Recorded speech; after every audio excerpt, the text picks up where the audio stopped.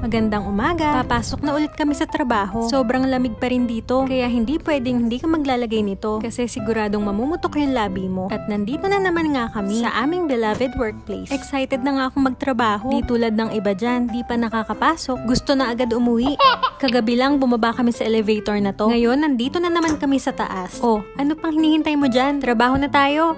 After 4 hours, lunch break na namin. Ang baon namin ay scrambled egg with tuna. Ito lang muna ngayon dahil wala pa tayong sahod. Nagbaon na rin ako ng chocolate for dessert. At sa wakas, natapos na ulit namin ang buong araw ng pagtatrabaho. Pero laging tandaan, ano man ang trabaho mo, magpasalamat dahil yan ay blessing. At nandito naman kami ngayon sa Gyomo Supermarket. Dito lang kasi may mabibiling tenga ng baboy. May request na naman kasi itong si Mark ipaluto. Tutal, gusto ko rin naman yun. Sakto, bukas wala kaming pasok, magluluto ako. At nang makapamili na, dumiretso na kami ng uwi.